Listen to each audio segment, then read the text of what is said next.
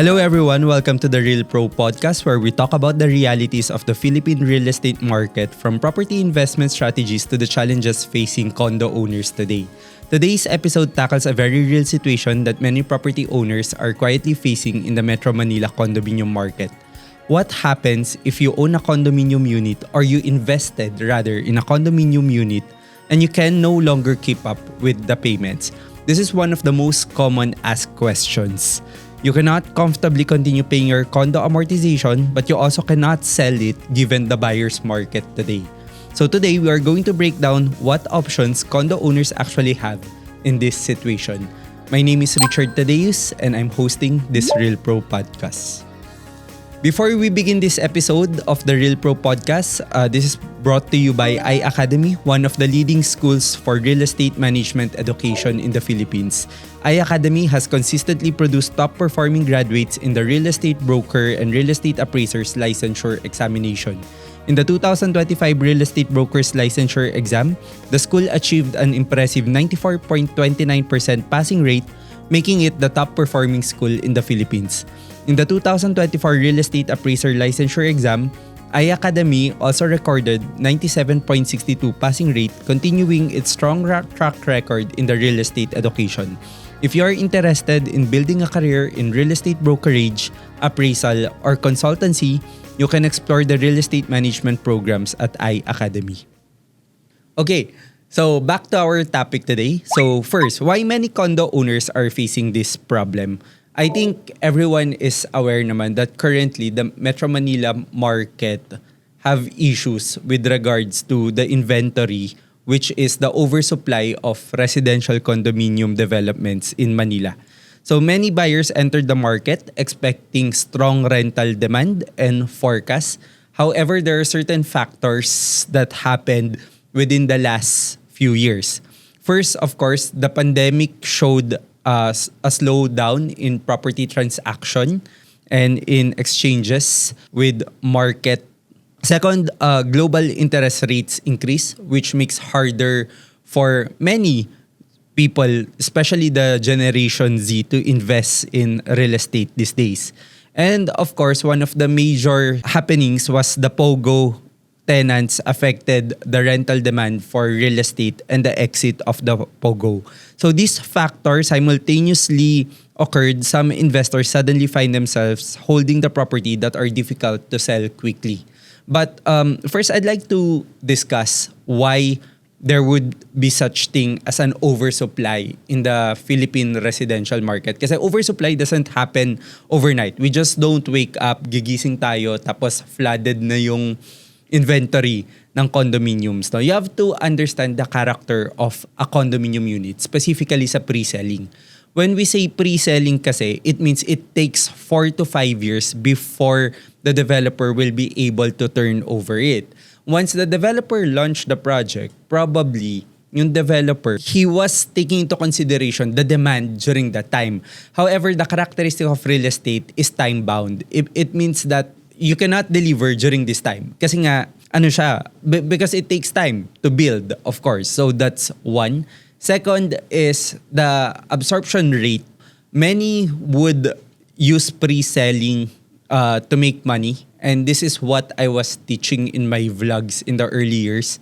The strategy of flipping condominiums, the strategy of flipping properties. But again, real estate is a long-term asset. No, if everyone is speculating and everyone would eventually be selling before the turnover, then the purpose or the primary use of real estate, which is home, nawawala siya. So therefore, with all these strategies and with all these scenarios, nagkakaroon tayo ng oversupply. The question you all have in mind is, how do we sell in a buyer's market?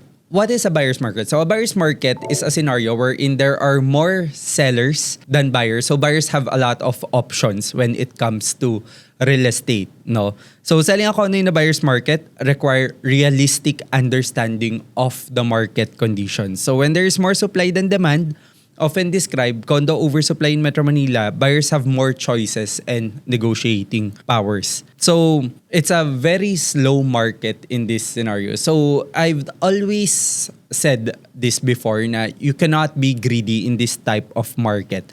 Sometimes a lot of people would just accept break even, no? But really the best answer to this one is to hold on to the property for several more years.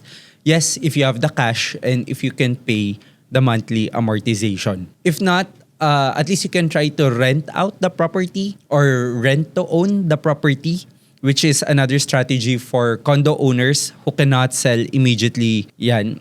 Even if the rental income would not fully cover the monthly amortization, it might be able to help reduce financial burden while waiting. Because you have to remember that real estate is technically a cycle. So when we say it's a cycle, it's like a caterpillar cannot go directly into a butterfly. No, it needs to go to the cocoon phase, no? Or need niya pagdaanan yon. Same way with real estate, we are forgetting na it is a cycle. So whatever is the status of the real estate market, it is very impossible na maging permanent siya doon. Usually temporary lang din siya. Now, if you've taken out loans in the past few years, let's say for example, the property has been turned over, you did some in-house financing, or you were able to get a bank, but you're having a hard time paying it, you really want to liquidate the property, or you only had like parang 2 to 3 years lang to pay for the monthly amortization, and then eventually you wanna sell it, but you're still not able to sell it. Given the high interest rate, you have the option of loan restructuring. Now, a lot of people kasi don't know how to negotiate interest rates, but usually people would just accept whatever the bank would give them. Pero honestly, it's very easy to negotiate interest rates. Though, of course, it needs to be realistic. Maybe a discount of between 0.5 to 1%. No, or sometimes you can ask them to extend the loan term or adjust the amortization schedule. But really, the best solution here is to be able to restructure the payment plan. Now, especially during the first few years of pandemic, there are a lot of scenarios wherein we do pasalo. When we say pasalo, this is the assumption of condominium investments. So, or in the Philippine real estate market, we call this contract assignment. So, this usually applies to pre-selling condominium units that are probably not yet turned over. And in cases like this, you can really buy good condominium units, but you as a seller would need to sell it that it's going to be a win-win situation for your buyer. You don't have a choice. It's a buyer's market. So most of the time, in these cases, you'll have to cut losses. No, you also have to understand that developers in the past few years continued to increase prices in real estate. Not as much pre-pandemic, pero in a way, they were still able to do capital appreciation. However, in order to be able to have good absorption ng market, they were extending flexible payment terms, lower down payment, these things. No? So a lot of people were enticed to buy even if they did not have the lump sum to pay for the turnover balance. So it means na a lot of people were still able to make money through capital appreciation. But then if you cannot hold on to that property, then you have no choice but to sell it. Hopefully not lower than the launch price of the developer.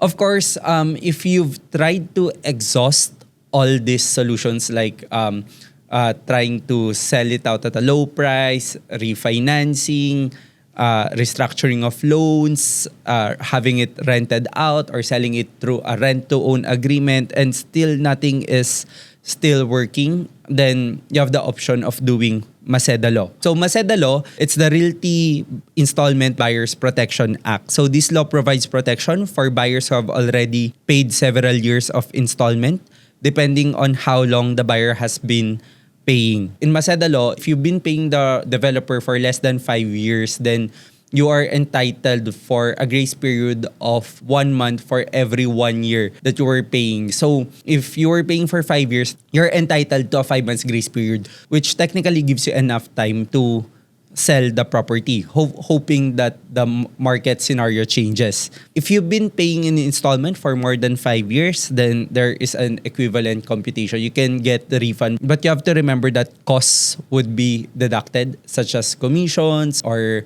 documentation, like or doc stamps, etc. So they would deduct it. Sometimes you'll only be able to receive 20% of what you paid or 25%, but honestly, it's going to be better than nothing, no? So I guess given the scenario right now, real estate it really requires long-term planning. Gone are the days wherein strategies were really about doing it short-term. Yes, you can still do it, but it takes a really good property for you to be able to earn in a real estate in a very short amount of time. So again, you have to remember that property markets moves in cycles, and investors should always consider factors such as cash flow, financing structure, and exit strategies before purchasing property. Understanding the fundamentals of Philippine real estate market is critical to making sustainable investment decisions. A hot issue right now is, despite having oversupply of condominium units in Metro Manila, we are still not in a bubble. And I think sa next episode, we will be able to address this issue because we will invite Joey Bondoc of Colliers to discuss and explain to us the real scenario of the Philippine real estate market. Okay, so thank you for joining me today on the Real Pro podcast. If you are a condo owner currently navigating a difficult market, remember that there are several possible strategies, and the key is to evaluate your options carefully. Once again, this episode is brought to you by iAcademy, a leading institution for real estate management education in the Philippines, known for producing top-performing graduates in the real estate licensure examination. Thank you for listening, and I'll see you in the next episode of the Real Pro Podcast.